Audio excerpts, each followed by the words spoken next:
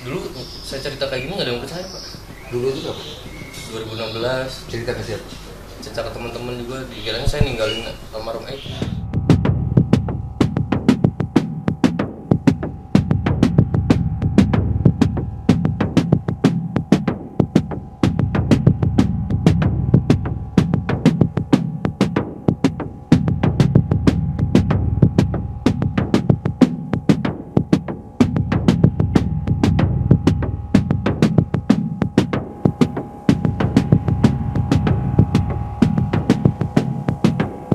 Kenapa buka suaranya baru sekarang?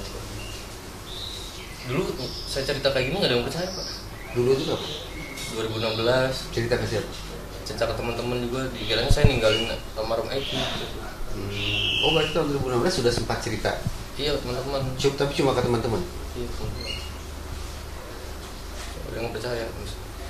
Cerita ke teman-teman bahwa di Polda didikte gitu. Enggak. Pas waktu kejadian malam itu. Bahwa nggak ada ceritanya. Nggak ada kejar-kejaran segala macam. Iya. Nggak ada yang percaya. Semuanya menganggap ada. Iya. Tahunya Peristiwa itu ada. Iya.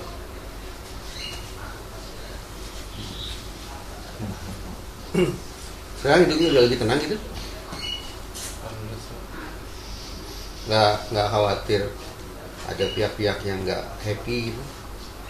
Nah, saya serahkan semua sama Allah aja Pak. Mantap. Berarti serahkan ke Allah bukan serahkan ke penasihat hukum ya. Bercanda saya. Itu yang paling betul, hakikatnya harus begitu. Serahkan pada dia, baru dia. Sejak itu nggak ada soal telepon. Tapi saya sejujurnya punya pertanyaan nih dalam hati ya. Maaf kata nih Pak ya, maaf kata. Apa alasan bagi saya untuk harus percaya pada Liga Akbar tahun 2024? Kenapa saya nggak boleh percaya Liga Akbar tahun 2016? Kan bisa aja justru yang bohong sekarang. Bisa aja kan? Iya. Apa? Boleh jawab, boleh enggak sih? Soalnya saya waktu di 2016 kan lagi nongkrong di warung di SMA 4 Pak. Saya bawa pasangan saya di situ. Dari sore emang berdua aja di situ Pak, di SMA 4. Ya tahun 2024 kan punya versi cerita beda kan? Iya. Ya tapi apa alasannya saya harus percaya? Alasannya? Iya. Kan sama-sama ada dua kemungkinan. 2016 jujur, 2024 dusta. Atau sebaliknya, 2016 dusta, 2024 jujur. 50-50 kan sebetulnya. Berbalik kan. Iya. Kenapa saya bilang gitu? Karena saya terus terang nih Pak. Sejak awal kan mengatakan saya itu mengkritisi pengungkapan kasus yang terlalu mengandalkan pada keterangan, pengakuan. Jadi dengan maaf ya Liga Akbar, DD segala macam, ketika mereka membuat pengakuan versi yang 2024, bagi saya bobotnya sama dengan pengakuan 2016. Bisa bohong, bisa jujur. Mungkin banyak kalangan bergembira ya karena Liga Akbar dan DD lewat pengakuannya sekarang seolah membuka kemungkinan bagi terpidana untuk berubah nasibnya kan? Gitu. Tapi kalau saya mencoba konsisten dengan khazanah keilmuan yang saya punya walaupun terbatas, yaitu saya tetap apa istimewanya tahun 2024 dia bikin pengakuan seperti ini. Tetap bertentangan sih. Iya, toh nggak disumpah kan? Tahun 2016 disumpah kan? Berarti semestinya, tanda petik semestinya saya lebih percaya pada keterangan tahun 2016 dong. Karena itu disumpah. Ini nggak disumpah. Waktu itu 2016 diperiksa setelah tanda petik kejadian kan? Jadi jarak waktunya dekat. Ini pengakuan sekarang 8 tahun kemudian. Ingatan manusia pudar 8 tahun. Nah, gitu itu kalau mau di tanda petik diusili gitu ya, dijahili gitu. Ya tapi ya bukan berarti saya menyudutkan Mas Liga, bukan gitu. Cuma itu pandangan kritisnya yang mudah-mudahan bisa Mas Liga counter gitu. Itu sih Pak. Kan kita nggak tahu Mas Liga tuh bohongnya sekarang atau yang kemarin. Nah itu dia. Nah kalau yang kemarin tuh Mas Liga bisa aja benar, yang sekarang Mas Liga juga bisa aja benar. Tapi yang benar yang mana nih?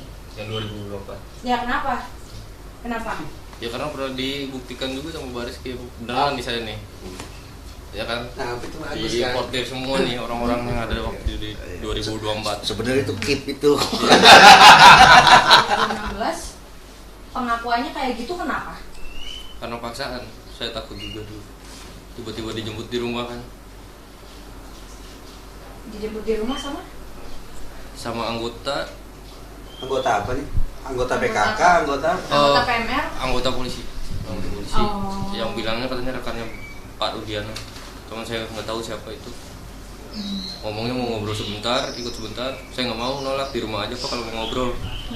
Tetap minta tolong. Lalu dibawa di mobil. Nggak tahu di mobil udah banyak orang. Down nggak sih saya? Down.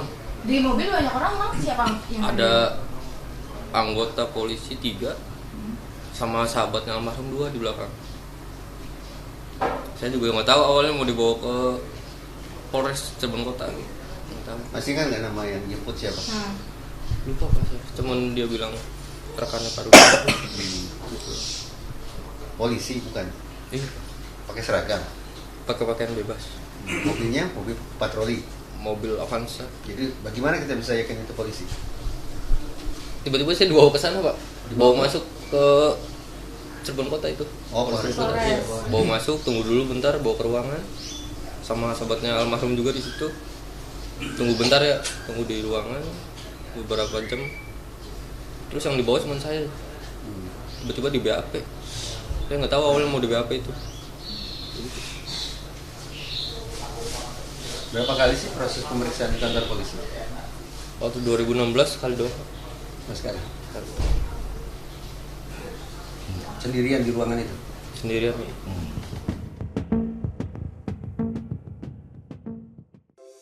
Di antara banyak sumber informasi, kami layak dipercaya. Karena kami menggali lebih dalam, berpihak pada kebenaran,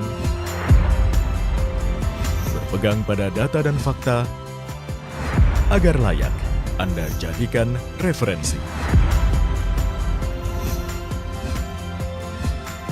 Kompas TV, independen, terpercaya.